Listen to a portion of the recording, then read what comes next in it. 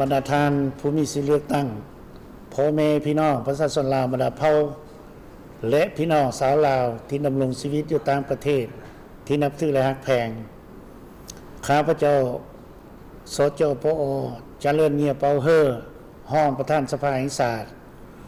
โฆษกคณะกรรมการเลือกตั้งระดับชาติขออนุญาตแถลงข่าวเกี่ยวกับการกำหนดวันเลือกตั้งสมาชิกสภาแห่งชาติสุทธิ10และสมาชิกสภาประชาชนขันแขวงสุทธิ5ต่อพ่อแม่ประชาชนลาวบรรดาเผ่าอยู่ภายในและต่างประเทศได้รับทราบอย่างทั่วถึงกันว่าอิงตามมาตรา68ข้อ9ของรัฐธรรมนูญแห่งสาธารณรัฐประชาธิปไตยประชาชนลาวฉบับเลขที่77ทับสพศลงวันที่20มีนา2025อิงตาม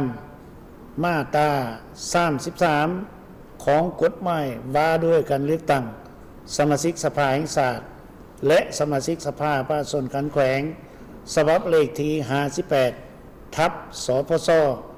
ลงวันที่28มิถุนายน2024และอิงตามมติของคณะประจำสภาแห่งชาติว่าด้วยการดำเนิน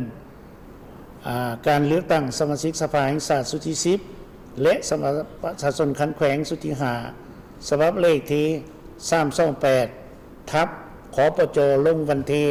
21พฤศจิกายน2025อิงตามหนังสือเสนอของคณะประจำสภาแห่งชาติฉบับเลขที่53ทับขปจลงวันที่21พฤศจิกายน2025ท่านทองรุ่นศรีสุฤทธิ์ประธานประเทศแห่งสาธารณรัฐประชาธิปไตยประชาชนลาวได้ออกรัฐธรรมนูญฉบับเลขที่311ทับปปทลงวันที่1ธันวาคม2025ว่าด้วยการประกาศวันเลือกตั้งสมาชิกสภาแห่งชาติสุทธิ10และสมาชิกสภาประชาชนขันแขวงสุทธิ5ซึ่งมีเนื้อในรายละเอียดดังนี้มาตรา1ประกาศเอาวันอาทิตย์กุ้งกับวันที่22กุมภาพันธ์2026เป็นวันเลือกตั้งสมาชิกสภาแห่งชาติสุทธิ10และสภาประชาชนขันแขวงสุทธิ5มาตรา2คณะกรรมการเลือกตั้งระดับชาติคณะกรรมการเลือกตั้งระดับท้องถิ่นและทุกภาคส่วนที่เกี่ยวข้องจงรับรู้และจะตั้งปฏิบัติรัฐธรรมนูญฉบับนี้ตามที่ได้กำหนดไว้ในรัฐบัญญัติฉบับนี้มาตรา3รัฐธรรมนูญฉบับนี้มีพ้นศักดิ์สิทธิ์นับแต่มือลงลายเซ็นนับแต่วันลงลายเซ็นเป็นต้นไปประธานประเทศแห่งสาธารณรัฐประชาธิปไตยประชาชนลาวเส้นและประทับตาธงรุ่นศรีสุฤทธิ์บรรดาทานผู้ฟังและผู้ชมที่นับถือและฮักแพงบรรดาทานผู้มีสิทธิเลือกตั้งพ่อแม่ประชาชนบรรดาบรรดาเผ่าและพี่น้องสาวลาวอยู่ต่างประเทศที่นับถือและฮักแพงวันที่22เดือนกุมภาพันธ์ปี2026ที่จะมาถึงนี้เป็นวันมีความหมายสำคัญทางประวัติศาสตร์และในชีวิตการเมืองของประชาชนลาวบรรดาเผ่าในฐานะเป็นเจ้าของประเทศชาติเป็นเจ้าของอำนาจรัฐซึ่งเป็นอำนาจของประชาชนโดยประชาชนและเพื่อผลประโยชน์ของประชาชนตามที่ได้กำหนดไว้ในมาตรา2ของรัฐธรรมนูญแห่งสาธารณรัฐประชาธิปไตยประชาชนลาวฉบับปี2025ย้อนว่าวันที่22กุมภาพันธ์2026นี้เป็นวันที่ประชาชนลาวบรรดาเผ่าเป็นต้นในผู้มีสิทธิเลือกตั้งทั่วประเทศจะได้พร้อมกันไปใส่สิทธิ์ป้อนบัตรเลือกตั้งเอาสมาชิกสภาแห่งชาติสุทธิ10และสมาชิกสภาประชาชนขันแขวงสุทธิ5ต่างนะให้ตนปฏิบัติสิทธิอำนาจของประชาชนลาวบรรดาเผ่า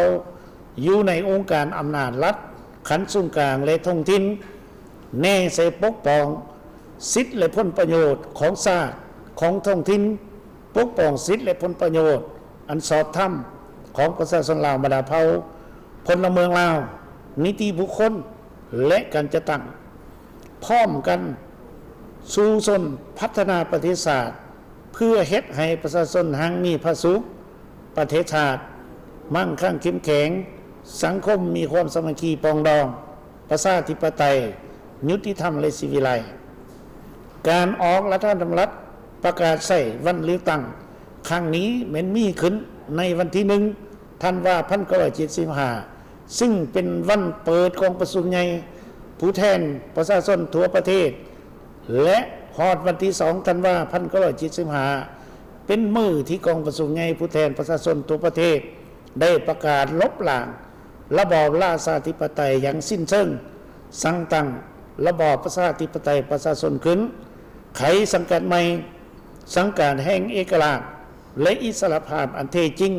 ให้แก่ประเทศชาติและประชาชนลาวบรรดาเผ่าซึ่งเป็นเหตุการณ์การเมืองอันยิ่งใหญ่ของชาติลาวเฮาวันนี้ทั่วพรรครัฐกำลังประกอบอาวุธและทั่วปวงชนลาวบรรดาเผ่าหาก็ได้จัดตั้งพิธีเฉลิมฉลองวันดังกล่าวอย่างยิ่งใหญ่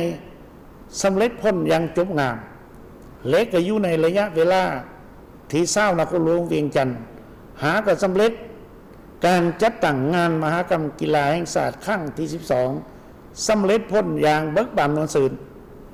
การฉลองวันที่2 ธันวาครบรอบ50 ปีวันเกิดประธานไกรสอนพรหมวิหารครบรอบ105 ปีและงานมหกรรมกีฬาแห่งชาติครั้งที่12นั้นแสดงให้เห็นถึงกำลังแห่งสังรวมชนะเลิศของปวงชนเหล่าทั้งชาติไพ่ไต่กันนำพาของพรรคประชาชนปฏิวัติลาวในภารกิจปกปักรักษาและสร้างสรรค์ประเทศชาติโดยเหตุนั้นจึงเว้าได้ว่าการประกาศวันเลือกตั้งครั้งนี้มีความหมายสำคัญเป็นพิเศษแตกต่างกับการประกาศวันเลือกตั้งทุกครั้งในระยะที่ผ่านมาในระยะแต่นี้หาวันที่7 มังกร 2026แมนจะได้ซุ้มใส่เพื่อเพหำเฮียนเอกสารเลือกตั้งดังนั้นข้าพเจ้าจึงเรียกร้องให้ผู้มีสิทธิเลือกตั้งทุกคนจงได้เข้าร่วมการหำเฮียนเอกสารเกี่ยวกับเรื่องงานเลือกตั้งให้ทั่วถึงเพื่อกำแนนและผู้ใส่สิทธิถูกต้องตามกฎหมายและระเบียบการในโอกาสเลิกงานยามดีนี้ต่างหน้าคณะกรรมการเลือกตั้งระดับชาติข้าพเจ้าขอเรียกร้องอีกทีนึงไปยังประชาชนลาวบรรดาเผ่าในตัวประเทศจงพร้อมกันกาเกียมทางด้านจิตใจก็คือเหื่อแห้งเพื่อกาเกียมเข้าร่วมการปลดบันเลือกตั้งครั้งนี้ให้บรรลุผลสำเร็จตามจุดประสงค์ระดับขั้นใหม่ที่วางไว้ขอให้ประชาชนลาวบรรดาเผ่าจงเสือชู้น้ำใจเป็นเจ้าประเทศชาติเพิ่มทวีความสามัคคีเป็นปึกแผ่นภายในชาติเพื่อพร้อมกันปฏิบัติสิทธิและหน้าที่ของพลเมืองตามที่ได้กำหนดไว้ในรัฐธรรมนูญแห่งสาธารณรัฐประชาธิปไตยประชาชนลาวฉบับปี2025ให้ครบถ้วนและเต็มส่วนสมมาเป็นพลเมืองของระบอบใหม่ขอขอบใจ